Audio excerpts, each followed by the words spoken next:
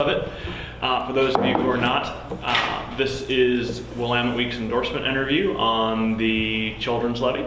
My understanding is that we only have yes here today. Is there a no? There's no organized opposition on this matter. Correct. So for that reason, it's going to probably be a fairly swift interview. Our goal is to make sure we know which way to endorse on this. So we're going to be asking some questions. You've met Katie. She's our newest staff writer. I'm the news editor here, Aaron. And so we're going to try to work through this. And I apologize in advance. It's going to be fairly swift because we have a number of these today. But I think it'll be informative all the same.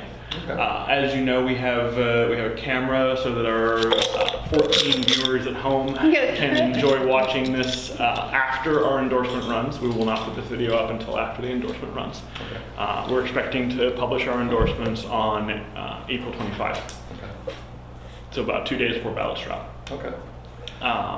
So you'll be talking with us, not so much to the camera. The camera is running, but you're just having a conversation with Katie and I. Okay. Why don't you start us off and tell us who you are, all that we know? Yeah, we'd like to have each one of us give just a brief statement. Absolutely. And then we'll turn it over to you. Terrific. I'm Dan Saltzman, Portland City Commissioner, and also chair of the Children's Levy Allocation Committee. And with me is Julie Young, who is one of the citizen members of the Allocation Committee, and Ernesto Fonseca, who is with Hacienda, which is one of the organizations that we fund. And I'll just reiterate, the Children's Levy is a 5-year local option levy, and we have been renewed, or passed and renewed 3 times now, and we're seeking our 4th 5-year renewal. And we're asking voters to approve it at the same tax rate it's always been at, which is about 40 cents per thousand of assessed value. And it generates roughly about $15 million a year, which is invested in proven cost-effective programs that help children be safe and successful. The investment decisions are made by the 5-person allocation committee, which consists of a city elected, which is me, a county elected, which is Deborah Kafori, a citizen from the county, which is Serena Sotomayor Wesley, a citizen from Portland, Julie Young, and then we have a person from the Portland Business Alliance, who's Mitch Horniger, and we make the investment decisions. And we are hopeful that voters will renew us again. We feel that we've kept our promises. We have invested the money in proven cost-effective programs, and we've held our administrative expenses to 5% or less the entire duration of our existence. And I'll just close by saying, I am transitioning off of City Council and off the Allocation Committee. Mayor Ted Wheeler will be assuming the leadership of the Children's Levy at the city. And he served on the Allocation Committee when he was a county commissioner, or county chair, I should say, for 4 years.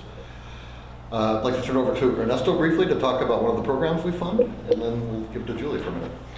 Absolutely. Well, thank you very much for having us over. We received about $375,000 in levy funds for 2 programs. One of them is the Portland Niños, which is a very specific program for Latinos. We try to provide this kind of programming for moms, pregnant moms, as well as little kids 0 to 5, to support them into getting them ready for Head Start, getting them ready for kindergarten, reduce domestic violence as well as child abuse. And it has been proven tremendously successful, over the past year. Since 2014, since we've been implementing this program, we'll continue to make it even better. That has allowed our moms of color, and our families in general to be more cohesive, to increase their socialization and so on and so forth, and kids obviously get into schools better prepared as they get ready for elementary. In terms of expresiones, that expresiones is 5 to 12 years of age. We get about $225,000 on that fund, and that is very site specific, but it's not culture specific.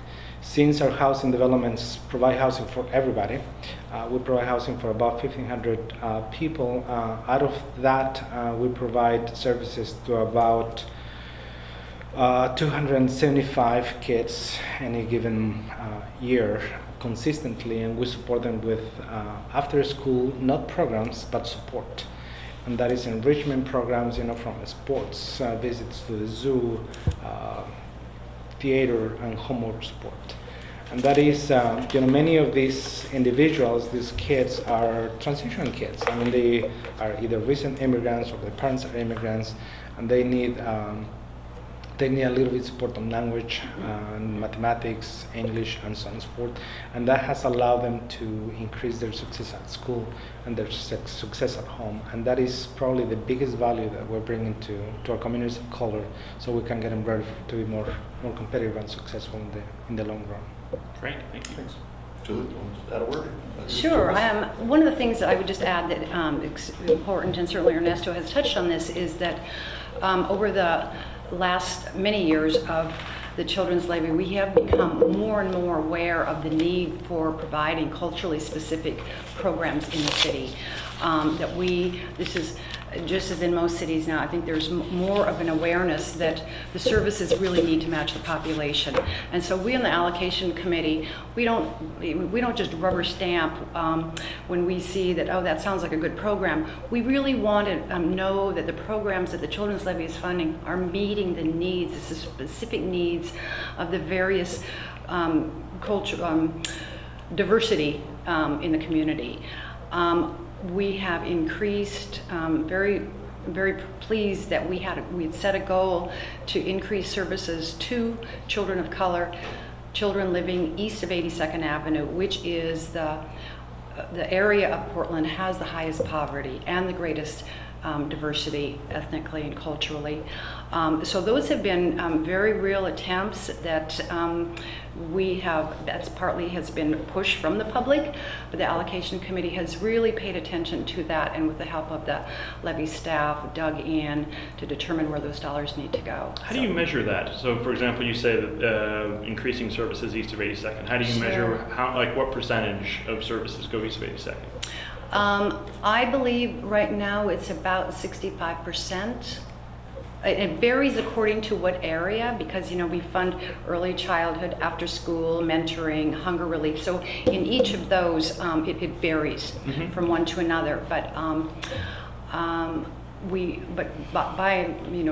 it's well over half of the dollars go east of 82nd Avenue, and well over a majority of the funding goes to children of color. How do you track it? We collect a lot of data, and with the help, part of that is we're helped certainly by school records and compared with what the various school districts within the covered children of Portland. But a lot of data collection is involved to do that. And it gets complicated. I would just say that there are programs that we serve that we fund that provide services to children who, some of the children in that program live in the city of Portland, and some of them live outside. So it can get very complicated. But we try extremely hard to make sure that the dollars are going to the children who need the most, and more and more, as we know, that seems to have moved around in the city. Thank you.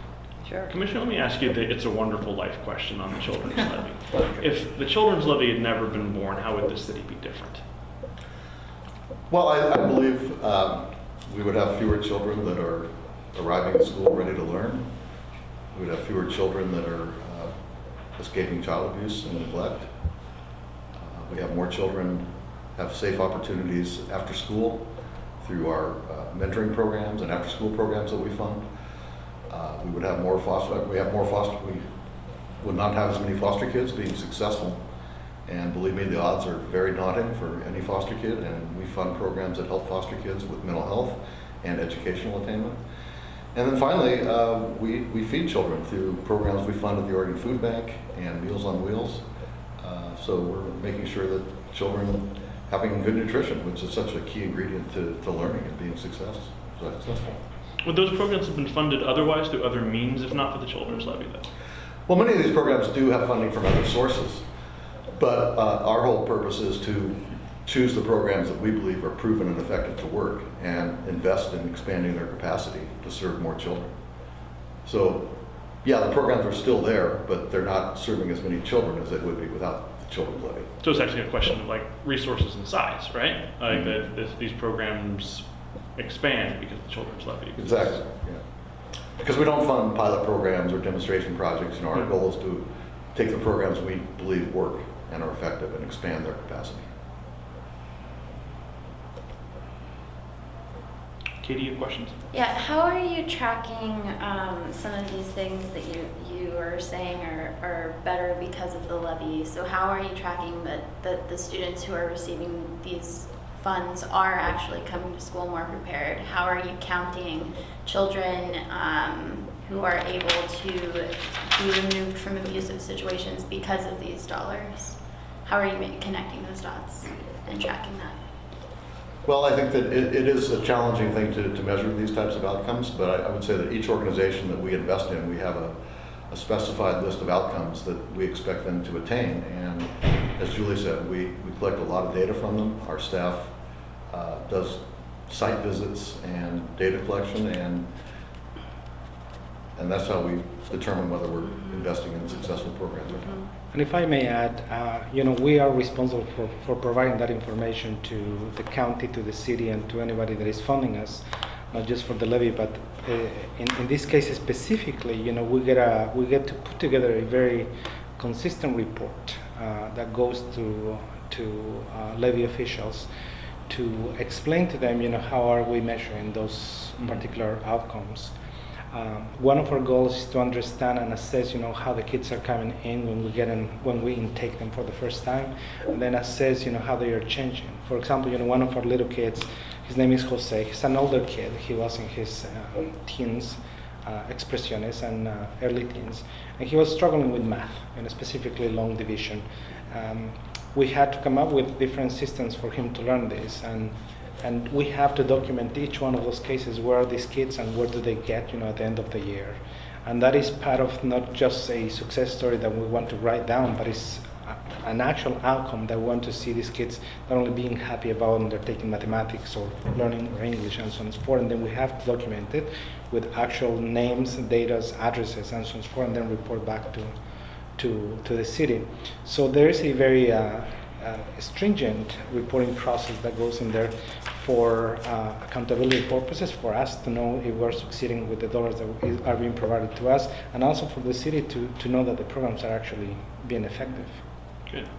Is there a performance audit that's ever been performed on the Children's Levy? Well, we have an annual audit. A There we financial are. audit. Yeah, we have an annual audit. That's part of the ballot measure. That's part of our requirements of transparency. Can we get a copy of that? Sure. And I brought you copies of our latest annual report as well. I'll leave with you. Terrific. But yeah, we can get to the most recent audit. Yeah. I was just going to add that one of the other parts, and I know Dan mentioned it earlier when he spoke about the ballot measure itself, is that our commitment to only 5% administrative costs, and that's an annual thing. And the Children's Levy, throughout the life of it, we've never exceeded 5% in administrative costs, and that's something that we hold really, really important as to tell the taxpayer we've done that, but as going forward to tell the taxpayer now, we've made that commitment, and we've done it. We want to make sure that the dollars are going to the children, to the services, and it's been successful. One of the things that stood out to us in the last few months, and this is like moving into sort of a negative space, but not negative toward the Children's Levy for what it's worth. We noticed when we were looking at a group called Black Parent Initiative that the Children's Levy had stopped funding them long before any other governments had stopped funding them. Was there a reason why that was?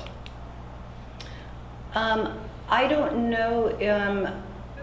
I can't speak to the exact history of that, other than that I know that with every one of our programs, that just as Ernesto said, we have really strict requirements about evaluation, and if there is an indication that an organization, a program is struggling to meet the outcomes that we are funding them to come up with, that our staff will sit down with them and work with them and hopefully be able to correct whatever's not working there. And if that isn't possible, then funds may not be dispersed to that organization. I don't think that's happened very many times over the life of the levy, but that goes back to that part about that we need to have the accountability. The organization needs to be able to show that they're spending the dollars in the way that we need them to spend them for outcomes for kids. Makes sense. And I will say, I'm not sure that Levy has ever funded the Black Oh, Parent maybe they Initiative. never have. The city, and I was responsible once for helping get $100,000 of city funds for the Black Parent Initiative, but I don't think the levy has ever funded Okay. API. I may have misunderstood it. Katie, anything else?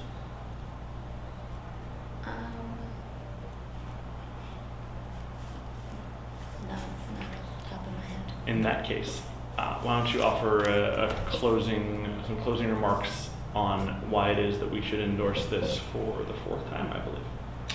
Well, I think Maybe the 5th, counting the original. this will be the 4th, counting the original one. Well, I think we've set out to make children a higher priority in our city, and I think voters have responded accordingly by supporting the children's levy. And we've done what we've said. We have stuck to our principles of investing in proven, cost-effective programs, holding our administrative expenses below 5%, and I think, and shifting according to the priorities of the needs in our city, the children in our city are facing. So yeah, I think that's what I would close. And we hope voters will show confidence in what we've done and vote to renew it on May 15th. Very good. Anything else? Yes, from Hacienda's perspective on my own, I would like to share with the public, that this is an investment for the future.